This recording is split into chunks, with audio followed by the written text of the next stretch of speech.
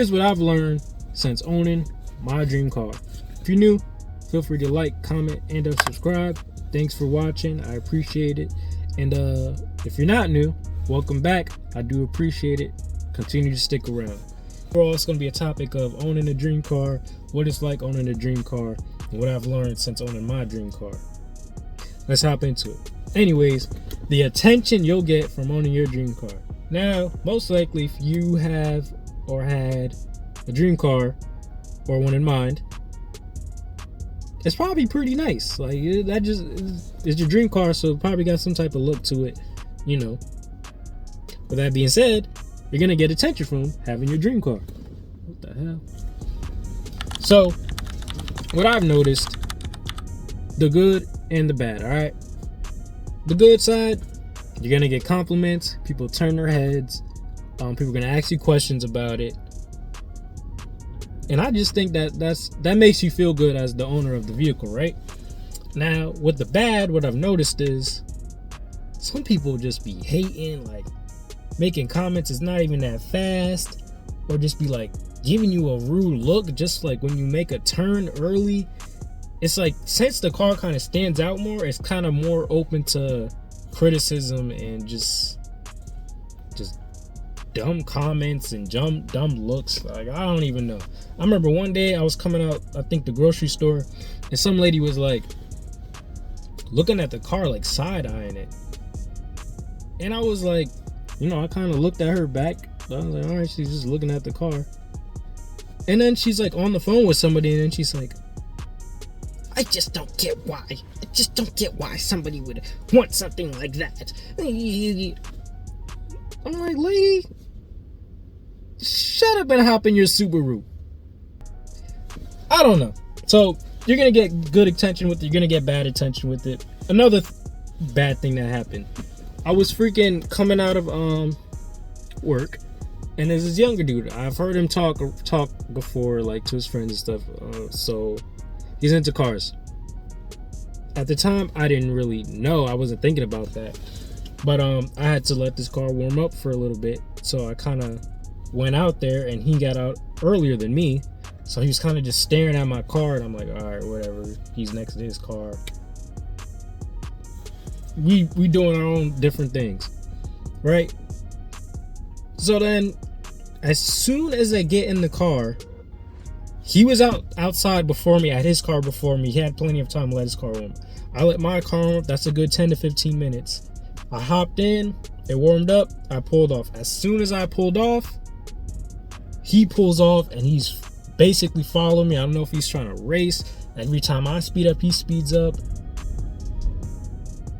I was on my way home. I was like, yo, I don't know what his intentions are to follow me home. I don't know if he wants to steal parts from me or something. I don't know if he's trying to race.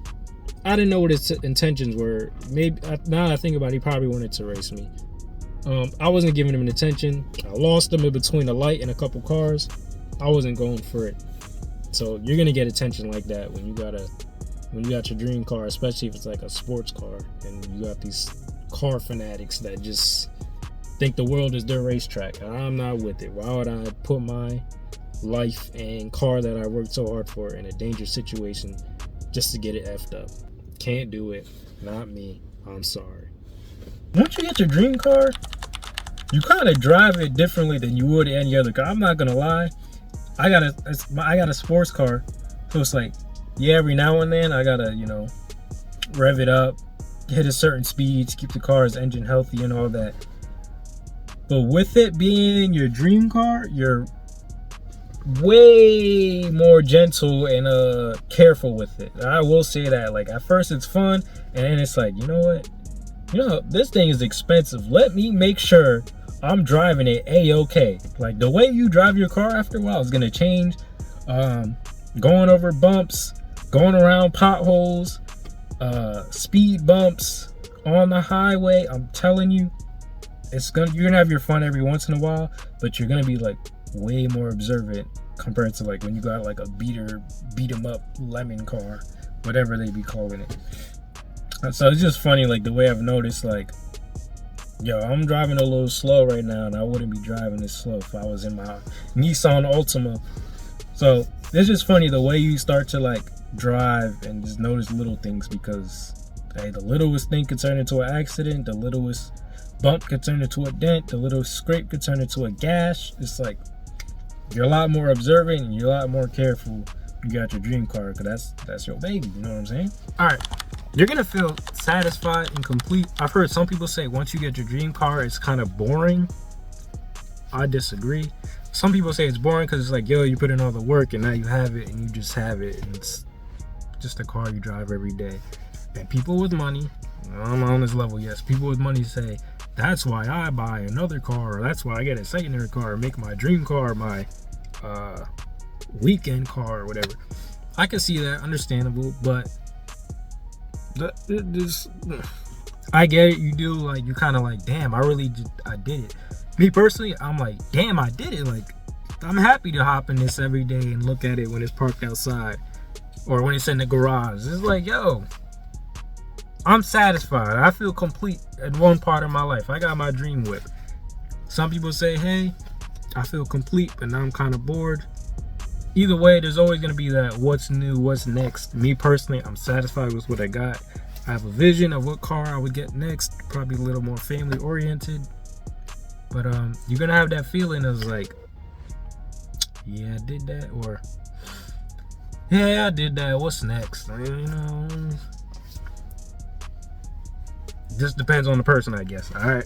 Another thing, you're kind of gonna be on edge. You're kind of gonna be stressed out, and you're kind of gonna think everything is expensive once you get your dream whip. Let me hop into it. So pretty much the stress factor is, you got your dream whip. Anytime you hit a little bump that sounds loud, anytime you make a hard turn, you're just always on the edge of like, this car is a little pricey. I worked hard to get it. So anything kind of like has you on edge of, damn, is that gonna need a repair? Damn, did I go over that bump too much? Oh man, I gotta get frequent oil changes. There's always something on your mind with this car, and you're always kind of like checking it. And that's just what it's like having your dream car, because it's like, I didn't work this hard to lose it this fast. You know what I'm saying? So that's just something I noticed. I'm sure other people can relate. It's interesting, very interesting, how once you got what you really want, you don't take care of it, compared to you had something that you should have took care of and that didn't go well. But you know, you live and you learn. All right. Having your dream car kind of goes to show you that nothing really changes. Like, unless you get a crazy, some crazy car, and you just, I don't know, make content out of it, like YouTube videos or TikToks or Instagram, whatever, then that could probably change your life. You know, you could probably get the views in, rack some money up, and then have a bunch of dream cars. Who knows? But when you get your dream car, nothing really changes. It's kind of like, all right, I completed that part of life and I'm happy. But aside from the occasional compliments and the head turns you'll get and answer people's questions about the car, it's not like your life is like, it's not like your life does a 180. And that's just obvious, but it's just something like people that get their dream car kind of notice. And I heard other people say it, and it's like, they said it to me, and I'm like, yeah, I mean, I wasn't expecting to be famous off of owning a car, you know? But nothing changes. You're just happy to have the car, you know? I guess it kind of goes back to that thing of like, I worked hard for it and now I got it, what's next? It kind of falls into that category.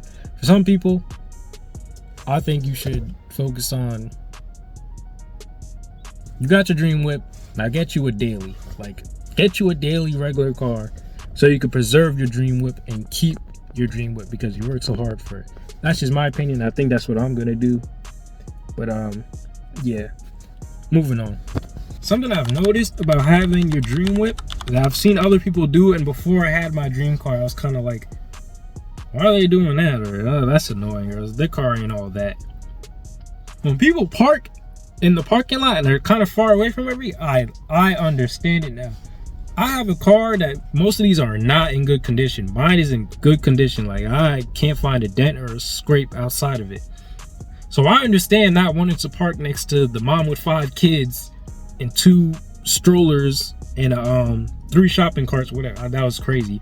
But why do I want to park over there so she could dent my car because she's watching her kids, or her kids could throw their applesauce on my car? Just crazy random situations that could actually happen. I kind of get why people park far now from other people. For one, some people probably do it to show off, like, yeah, look at my car in the center of the parking lot with nobody around it. It stands out. Other people, I'm sure they do it because it's like, yo, I pray to God nothing happens to this car while I'm in the store for 10 to 15 minutes. I understand it now. Do I do it? Not necessarily. But if I see an opening, or I don't want to chance it because I see the way other people have parked or who's around that car, I'm kind of like, yeah, I'm a go down a couple rows. I'm not gonna lie. Like, I kind of get the situation. I get it now. I can't even lie. Another thing that people do with their dream cars, or just a lot of cars, whatever cars they worked on, revving the car and like speeding. I was one of those people who's like, they doing all that and their car ain't even all that. Or, damn, they're annoying. Or, that's why your shit fucked up type of comment. I kind of get it now. I didn't know this was like a thing with some sports cars, but this is a thing with mine. I have to redline my car. If you don't know what that is, there's like on your meter, you have to hit your meter needle has to hit like the red line for your car to make a certain sound and hit certain miles per hour. And that's to clean out the pipes or whatever in the car and to keep the engine healthy. I have to do that. And my car is a 2008. Like, it's an older car.